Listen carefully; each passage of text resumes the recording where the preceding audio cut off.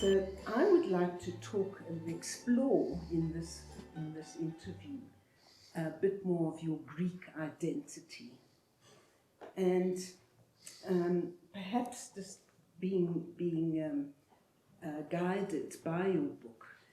We could begin at the beginning, where you say your first 13 years in Greece with your family, with your parents' values, and Hellenism in general.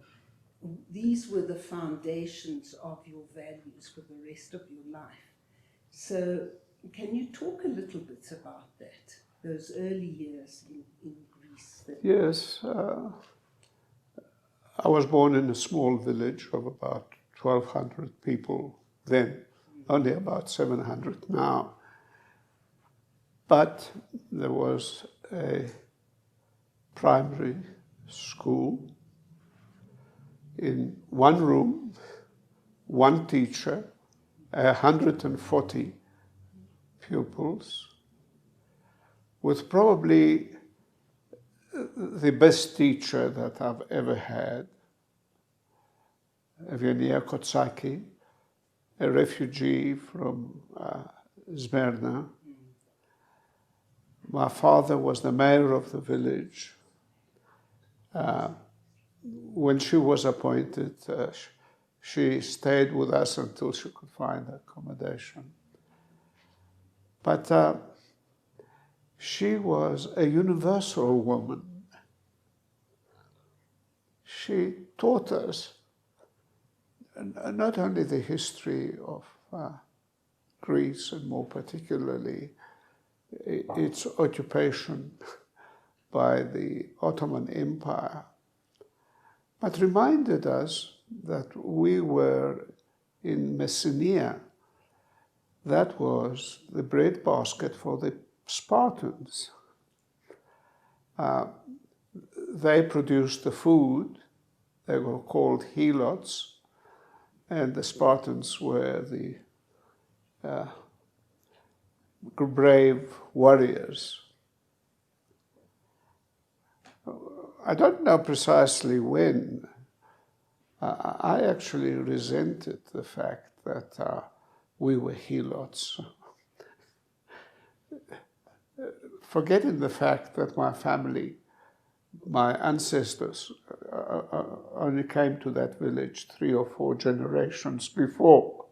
But nevertheless, here are the Spartans, and my ancestors were helots. That had an influence on my life.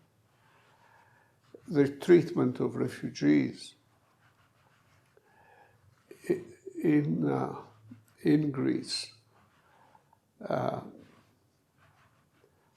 was not very bad, but also not very good. Most of the refugees in the 30s lived in barracks on the beach. And on the occasional high seas occasion, they would have to put sandbags in front of their front doors for the waves not to come in.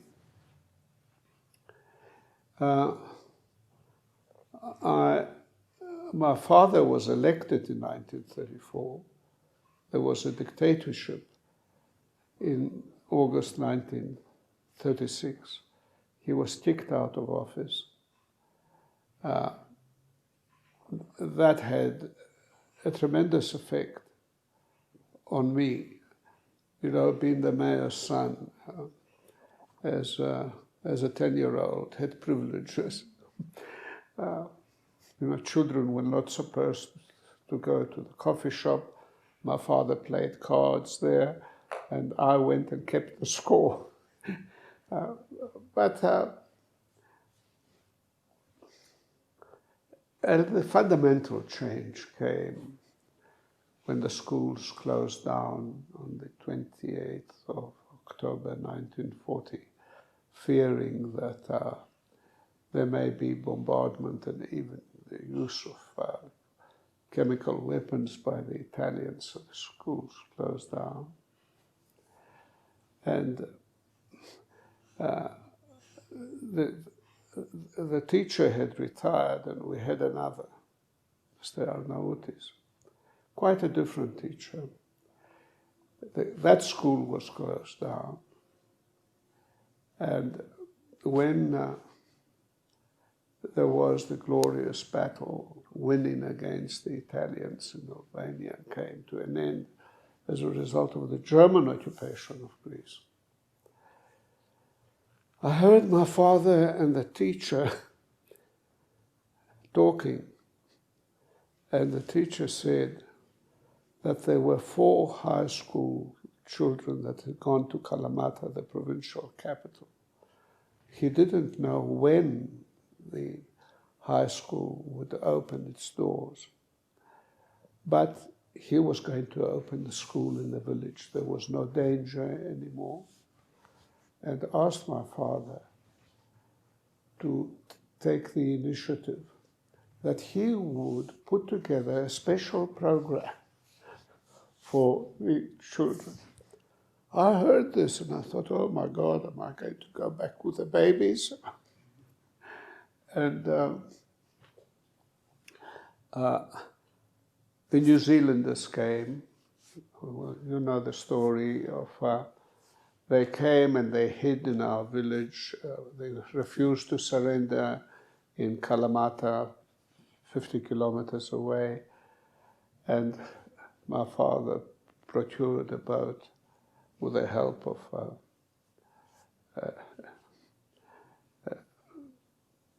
one of the local baker, who said that they must release a boat, go and fetch wood around the Cape. And the Germans fell for it and we set off.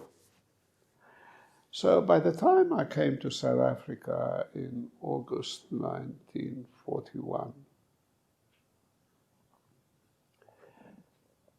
I was on the deck of the Ile-de-France. We came to South Africa in grand style.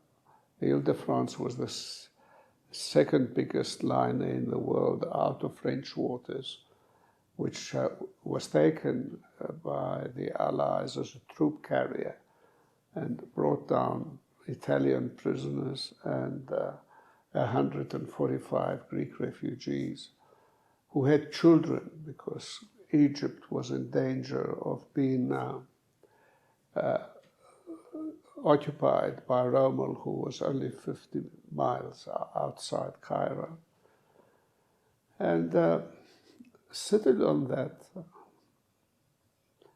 or standing on that deck, I saw down below men with torn vests, short pantaloons, pulling rickshaws.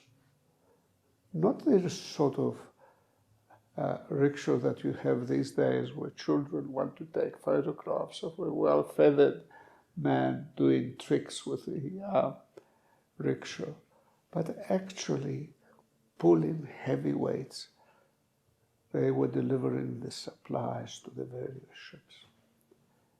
It made a lasting impression on me that we didn't have motor cars, but we had horses, donkeys, mules. We didn't have people pulling carts around. And that had an effect on me. We came to Johannesburg and didn't get off at the station. I learned later why. Because the extreme right-wingers that were against South Africa's participation in the war were holding a demonstration at the Johannesburg station with placards reading in Afrikaans, but in translation, that Smuts, who had fought on the side of the Allies, was bringing the trash of Europe to South Africa. So I could identify myself.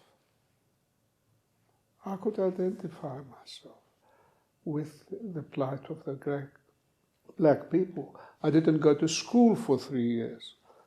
I was living in the backyard of a shop. There was a man called Jim. He was the driver of the boss. He had learned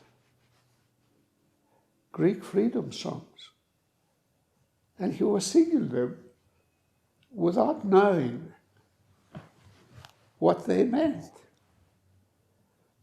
My English was slowly improving, but I would translate to him as best as I could what they meant. And I said, oh, we're the same. Eleftheria, I learned, was in Kululeko, and he would translate into Zulu for me. He also slept in the backyard, but I could go to the first floor of the building and have a shower. I had to bring down a bucket of hot water for him to wash himself in the yard. So, if you want to know what influences there were in my life that made me what some people say I am, that's really the source of it all.